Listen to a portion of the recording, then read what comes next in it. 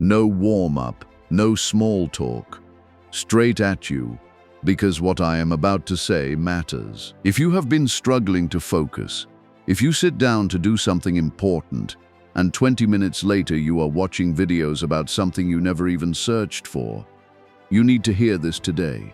Not as motivation, as diagnosis. Because what is happening to you has an explanation, and the explanation changes everything. You are not broken. You are not weak. You do not have a short attention span by nature. You are not just like that. What you have is an untrained muscle being asked to lift weight it was never prepared for, in a world specifically engineered to make that lift feel impossible. Think about that for a moment. The apps you open every morning were built by teams of engineers, psychologists, and behavioral scientists whose entire job was to make sure you cannot put them down. They get paid based on how many seconds of your attention they can capture, and they are extraordinarily good at it. They have access to more data about your behavior than you have about yourself. They have been optimizing for your attention for years, and you have been going up against all of that with willpower alone. No wonder it feels like losing. No wonder the days blur into each other and you end up exhausted, behind, wondering where the hours went. But here is what changes everything, and I mean this completely. Focus is a trainable skill, not a gift, not a personality trait you either got or did not get. A skill. And like every skill, it responds to the right principles applied with the right consistency. That is exactly what this is. 6 principles. Not tips, not hacks, not productivity tricks. Principles. The kind that operate beneath the surface. The kind that do not just change what you do, they change how your brain works over time. Marcus Aurelius wrote, "You have power over your mind, not outside events. Realize this and you will find strength." He was not writing that for applause, he was writing it to remind himself, a man with every worldly distraction imaginable, wars to manage, an empire to run, a court full of people competing for his attention. And still, he had to fight every single day to guard his own mind. That tells you everything. If Marcus Aurelius needed this reminder, so do you. So do I. Welcome to Master Your Mind, the place where ancient philosophy becomes practical mental strength. 6 principles. Each one will land differently, and by the time we reach the end, you will look at your own attention in a completely new way. Let us begin. Principle 1. Your brain is not the enemy. Your environment is. When is the last time you sat down to do focused work and your phone stayed completely silent in another room for the entire session? Not minimized, not face down, not on vibrate, actually somewhere else. If that felt uncomfortable to even imagine, that discomfort is data. It is telling you something important about the relationship you have built, probably without realizing it, with your own attention. Here is what is actually happening inside your brain. You have an alerting system, what neuroscientists sometimes call the salience network. It was forged over hundreds of thousands of years of evolution. Its job is to notice change, movement, novelty, potential threat, and potential reward. It is fast, deeply automatic, and it operates almost entirely below your conscious awareness. Every notification sound, every red badge on an app, every scroll that loads something new, these are all lighting up that ancient system. Your brain is not misbehaving when it gets pulled away from your work. It is doing precisely what it evolved to do. The mismatch is that this system was built for a savanna, not a smartphone. It was built for a world where novelty meant danger or food. Now it fires every time someone likes a photo. Dr. Gloria Mark at UC Irvine spent years studying workplace interruptions, and what she found should change how you structure every working day. After a single interruption, one ping, one notification, one person saying your name, the average person takes more than 23 minutes to return to their original level of focus on the task they were doing. 23 minutes for one interruption. Now multiply that across your actual day. If you are interrupted just 6 times, and that is a conservative estimate for most people, that is potentially 2.5 hours of fractured, low-quality attention. 2.5 hours where you were technically working but not really working, present but not there. And at the end of the day, you cannot figure out why you feel exhausted but have not moved anything forward. Now you know why. This is not a character flaw. This is a design problem. And the moment you see it as a design problem, you stop beating yourself up and start solving it instead. That shift alone, from self-blame to strategy, is where real change begins. Here is the part most people overlook.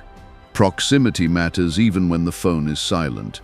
Research from the University of Texas found that simply having your smartphone on your desk, face down, turned off, not making a sound, measurably reduces your available cognitive capacity. Your brain is partially occupied just by knowing it is there.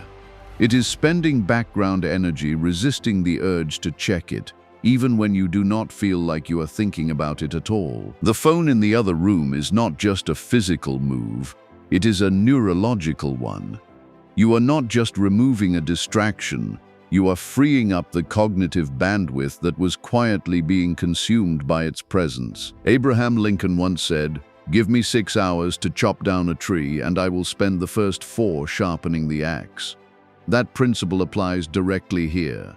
Before you sit down to focus, your first job is to sharpen the environment, remove what pulls, reduce the friction between you and the work, increase the friction between you and the distractions. The concrete moves are simple, and none of them require willpower.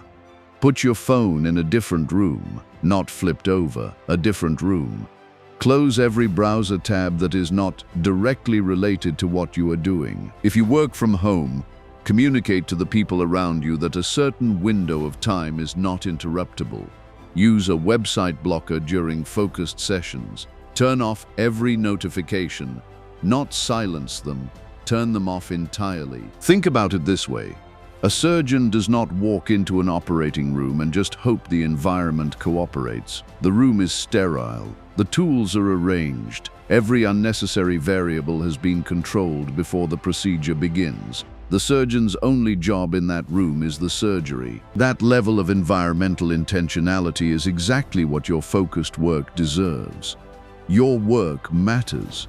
Treat the space where you do it like it does. Your environment is constantly making decisions for you.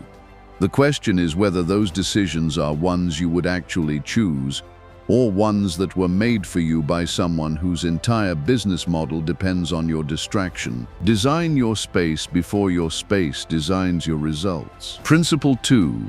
Multitasking is a lie that is silently draining you. For years, maybe decades, multitasking was sold as a superpower. Do more at once. Handle everything simultaneously. The more you juggle, the more impressive you are. It appeared in job descriptions, performance reviews, and hustle culture content everywhere. It was celebrated, rewarded, and worn as a badge of pride. It was a lie. A well-marketed, deeply damaging lie. And it has cost you more than you realize. Your brain does not multitask, period.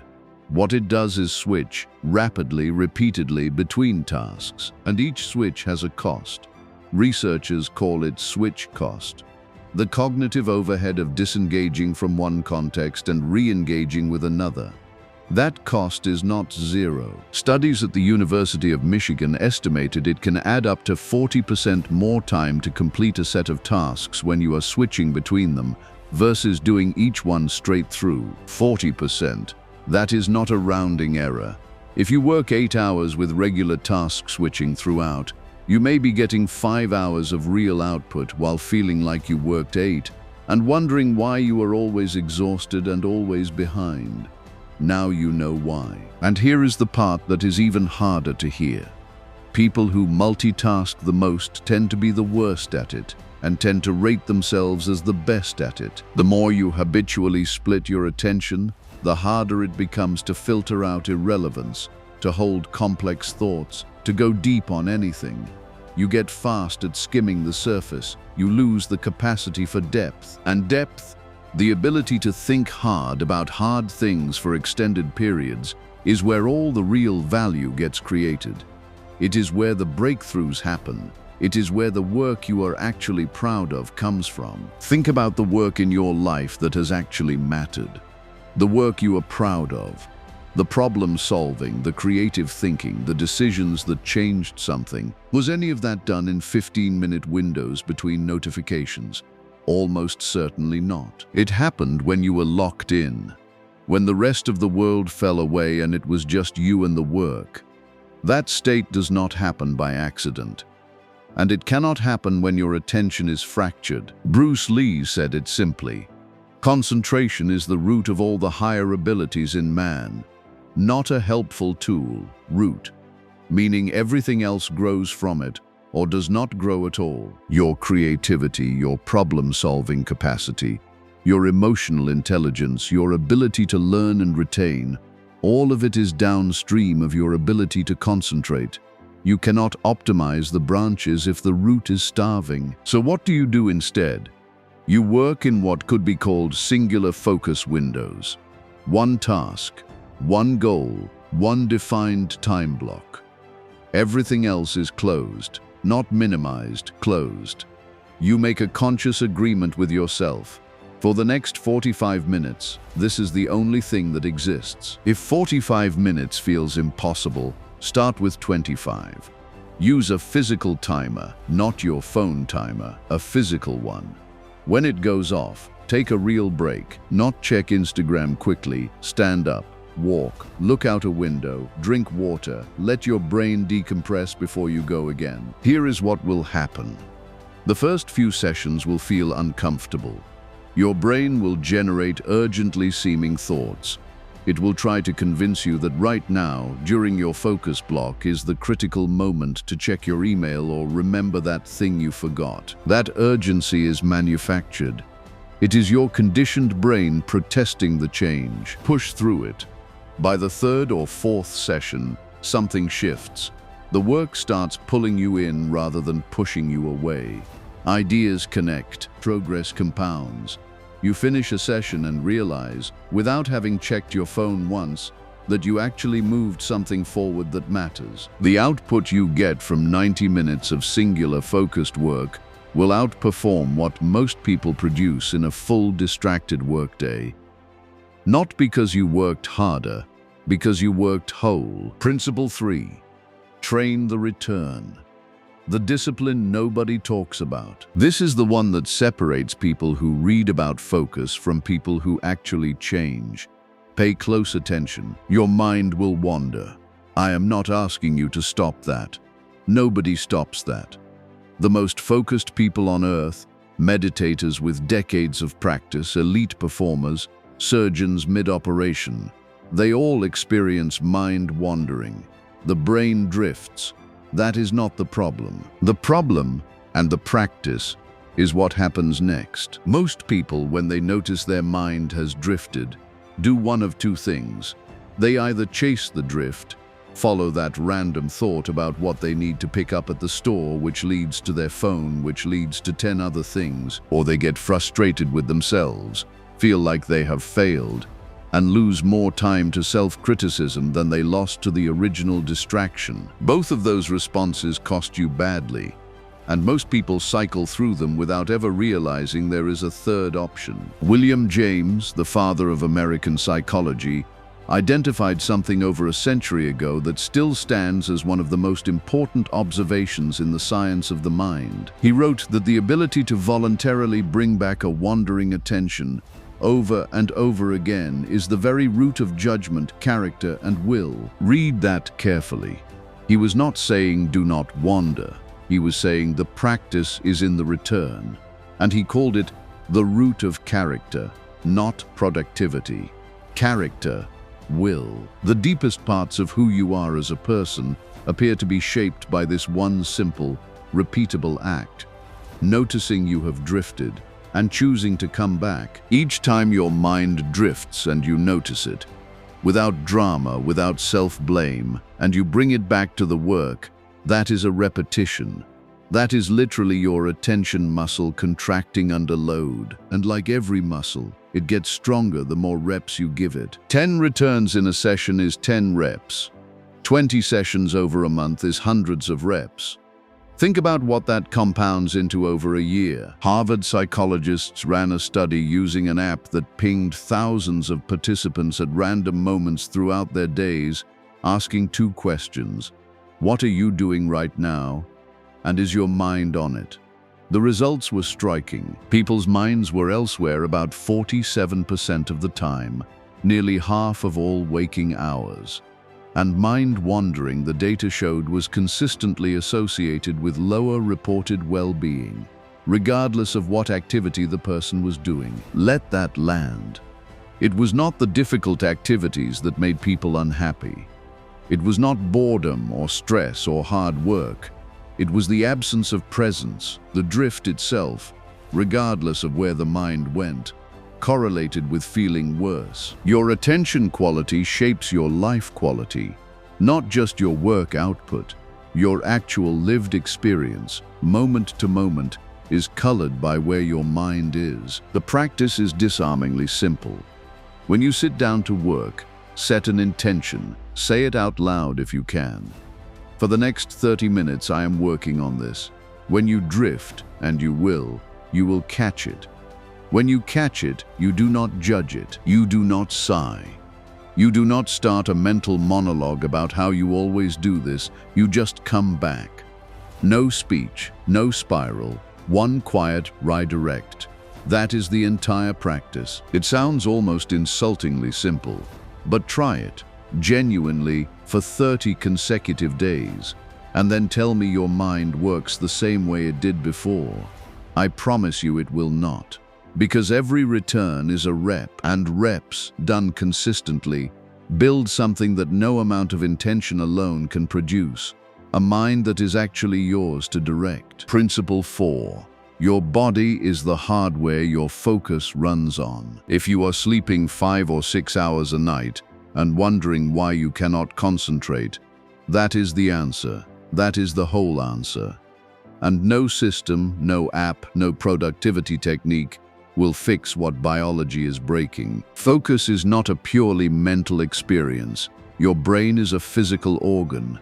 It runs on blood sugar, on oxygen, on neurotransmitters that are synthesized during sleep and degraded by chronic stress. When the hardware is compromised, the software cannot run properly. No amount of intention or discipline overrides biology.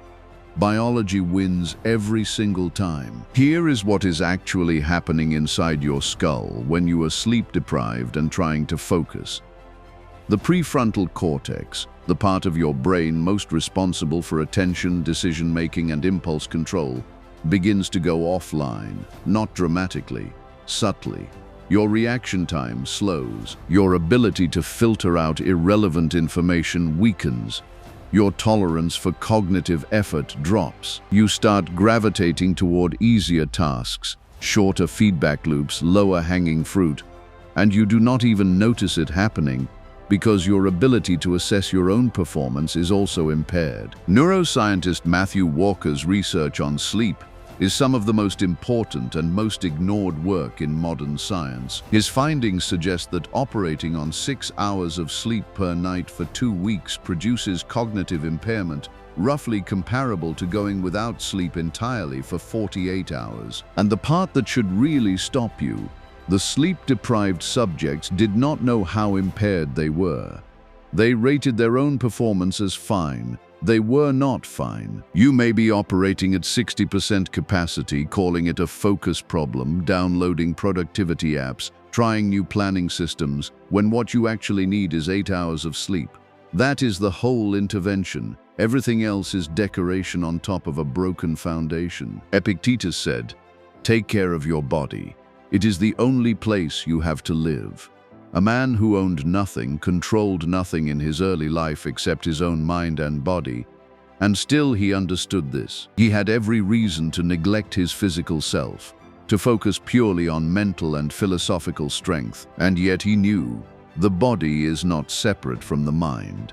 It is the container the mind lives in. If Epictetus prioritized this with nothing to his name, you have no excuse to neglect it with everything available to you. Beyond sleep, there is movement. Regular aerobic exercise appears to increase blood flow to the prefrontal cortex, the region most responsible for sustained attention, impulse control, and executive decision-making. You literally think more clearly, more sharply when your body is regularly in motion. Even a 20-minute walk before a focused work session can measurably improve the quality of your thinking during that session. Not after years of training, that session, that day. The effect is that immediate. And then there is chronic stress.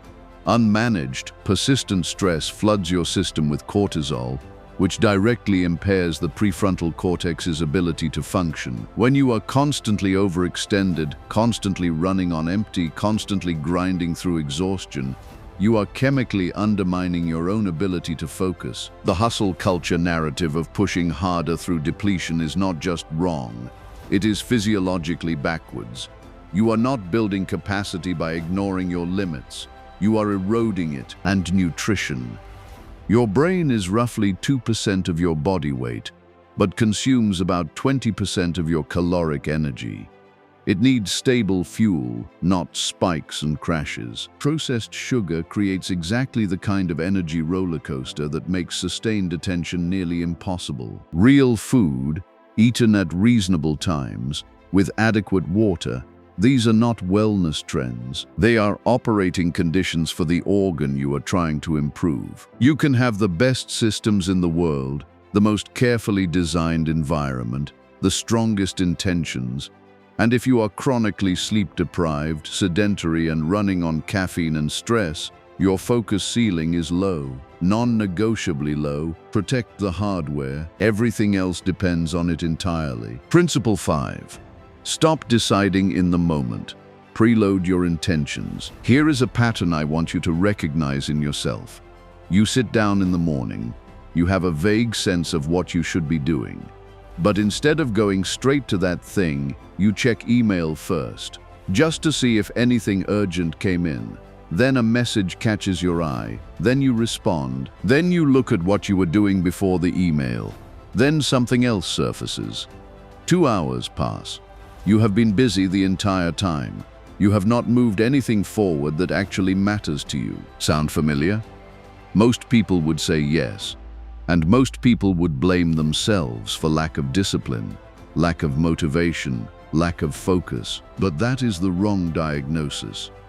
This is not a motivation problem. It is a decision architecture problem. When you sit down without a clear, pre-made decision about what you are doing first, your brain defaults to whatever is easiest, most familiar, or most immediately rewarding. Email wins. Notifications win. Reactive tasks win. The things that actually matter, the deep, difficult, important work, get pushed to later.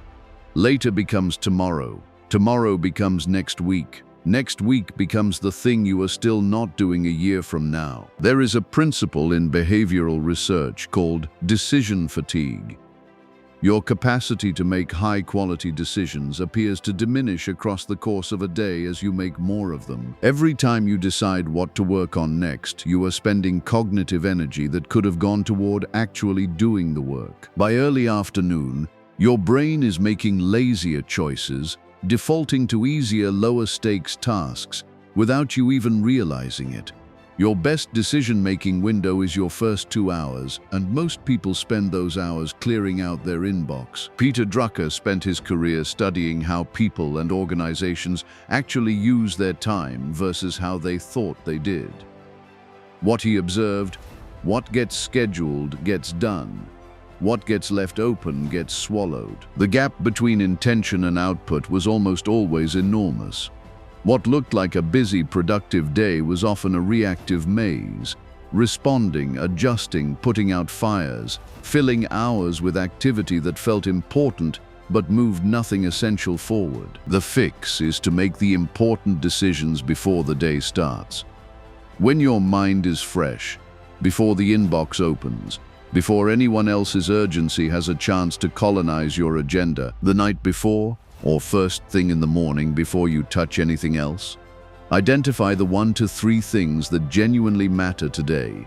Not 10, not a full list, 1 to 3, then assign them to specific time blocks and treat those blocks like appointments you cannot cancel. Not, I will work on the proposal sometime this morning. Instead, I will work on the proposal from 8 to 9:30. Phone in the drawer, email closed, door shut, nothing else. Specificity is everything here. A vague intention is a wish. A specific intention, with a time, a place, and a protected environment, is a commitment.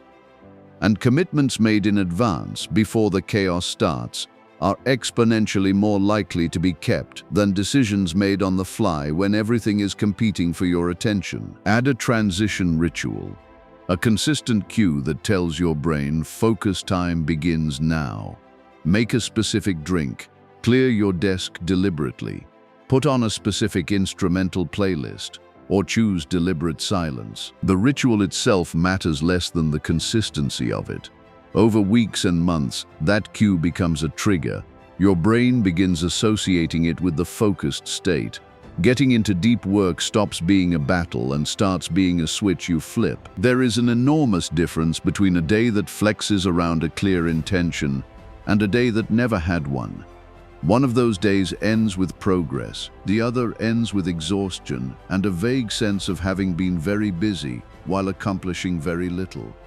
You deserve days that end with progress. Build them the night before. Before we reach the 6th and final principle, I want to pause here for a moment. We have covered 5 principles so far, each one addressing a different layer of the focus problem. The environment, the myth of multitasking, the practice of the return, the physical foundation, the architecture of intentional decisions. Each one is powerful on its own, but none of them will reach their full potential without what comes next. This final principle is the one that quietly powers all the others. It is the one most people are not expecting to be on this list. And it may be the most important of the 6. Principle 6, learn to sit in the fire. Boredom is where focus is forged. We have eliminated boredom from our lives almost completely. Think about every idle moment in your day. Waiting for coffee to brew, phone out, red light, podcast on. Walking to the mailbox, earbuds in. Lying in bed before sleep, screen on. We have filled every gap, every pause, every second of potential quiet. And we think it is harmless. Just filling dead time. It is not harmless. It may be one of the most significant things quietly working against your ability to focus. And almost nobody is naming it for what it is. Here is the mechanism.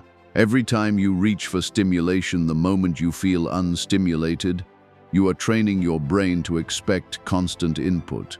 You are conditioning it to find the baseline, the normal, slow, unrewarding pace of real work and real thinking, unbearably dull. And then when you sit down to do the hard thing, your brain fires resistance signals because the task is not delivering dopamine fast enough to compete with everything else it has been conditioned to expect. You did not develop a short attention span. You trained one.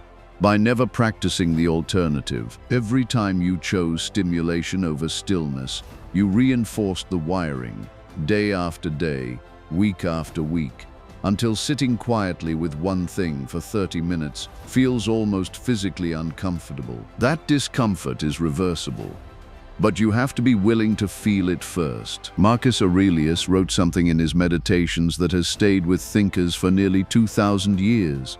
Nowhere can man find a quieter or more untroubled retreat than in his own soul. 2,000 years ago, no smartphones, no notifications, no algorithm designed to hijack your dopamine system, and he still had to remind himself to go inward, to seek the quiet inside himself rather than the noise outside. That tells you something profound. The pull toward distraction is not a modern invention. It is a human condition. What is modern is just how aggressively it has been weaponized against you. The practice is uncomfortable but disarmingly simple. Deliberately allow yourself to be bored. Leave the podcast off on your morning walk. Just walk. Sit at your desk for 5 minutes before you start. No phone, no music, no input. Just let your mind settle like sediment in a glass of water coming to rest. When you are waiting somewhere, just wait. Do not fill it. Let the restlessness rise. Let it peak. And then, if you hold it long enough, watch it pass. That passing, that moment when the resistance fades and a quieter, more focused state begins to emerge, that is what you are training for. That state is where your best thinking lives. It does not show up on demand. You have to earn it by sitting through the discomfort that comes before it. And what happens in those quiet spaces is not nothing. Research on what neuroscientists call the default mode network, the brain activity that occurs during rest and apparent mind wandering, suggests it is deeply connected to creative thinking, memory consolidation, and the integration of complex ideas. The brain during stillness is not idle. It is sorting, connecting, building, processing things it simply cannot process while you are actively feeding it content. Some of your best ideas will not arrive when you are grinding. They will arrive in the quiet moments after. In the shower, on the walk, in the 5 minutes of silence before sleep. The Stoics called this kind of inner retreat a practice, not an accident. Marcus went there deliberately, daily, even in the middle of running an empire. There is also something important about what sustained stillness teaches you emotionally. It teaches you that discomfort does not have to be immediately escaped, that not every moment needs to be filled, that you are capable of being present with something slow and unrewarding long enough for it to become rewarding. That patience, real patience, is a form of strength. Deep focus requires exactly that capacity, to stay with slow, unrewarding work long enough for the work to open up, for the insight to arrive, for the flow state to begin. That capacity is built in the quiet. Bit by bit, day by day, one deliberate moment of stillness at a time. Almost no one is doing this right now. Almost everyone is running from stillness at full speed. That means the person who learns to sit in it, to hold it without flinching, without reaching, has access to a kind of focused depth that is becoming genuinely rare. That person can be you, starting the next time you feel the urge to reach for your phone and choose not to. The 6 principles as a system. 6 principles. And here is what I want you to notice about all of them. None of them ask you to be superhuman. None of them require a perfect morning routine, unlimited willpower, or a complete overhaul of your life starting tomorrow. Every single one works with how your brain actually functions, not against it. They respect your biology. They work inside the reality of a distracted world, rather than pretending that world does not exist. The first principle, your environment is a choice, one that most people never consciously make. Start making it deliberately. Build a space that works for you, not against you. Watch what becomes possible when the friction of distraction is removed. The second principle, the whole version of you, undivided, fully present, locked in, outperforms the split version every single time. Singular focus is not a limitation. It is the most powerful multiplier available to you. The third principle, your attention will drift. It always will. Stop treating that as failure. The return is the discipline. The return is the repetition. Do it 1,000 times and watch what your mind becomes. The fourth principle, your body is not a vehicle for your brain. It is part of your brain. Sleep like your focus depends on it, because it does. Move your body, feed it real fuel, protect it from chronic stress. The hardware sets the ceiling for everything else. The fifth principle, decisions made under pressure in the middle of a chaotic day are your weakest decisions. Preload your intentions before the noise starts, and you will stop spending your best hours on other people's emergencies. The sixth principle, the one that quietly powers all the others, make peace with stillness. Learn to be bored without escaping it. Sit in the discomfort long enough to come out the other side. Because deep focus, the kind that builds real things, produces real work, creates real meaning, lives in the space most people are too restless to enter. Here is what is certain. The person who masters their attention in this era, right now, in this specific moment in history, when attention has become the most contested resource on the planet, that person has an edge that compounds every single day. Not because they are smarter, not because they work longer hours, but because when they show up for the work, they actually show up. All of them. Every time. That is rare. That is valuable. That is entirely learnable. You do not have to implement all 6 of these tomorrow. Pick the one that stung when you heard it. The one that felt uncomfortably accurate. Start there. Stay there for 2 weeks, genuinely, without perfection, but with intention. Then add the next one. Small, consistent, compounding. That is how mountains move. That is how people change.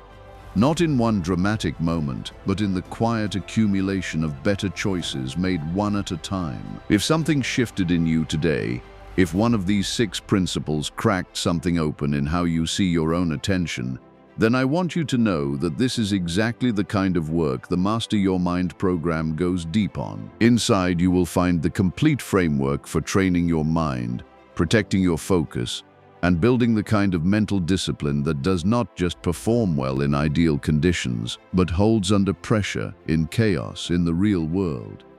The link is in the description. If you are ready to go deeper, it is there. And if this message resonated with you, subscribe to the channel and stay committed to the path of self-mastery.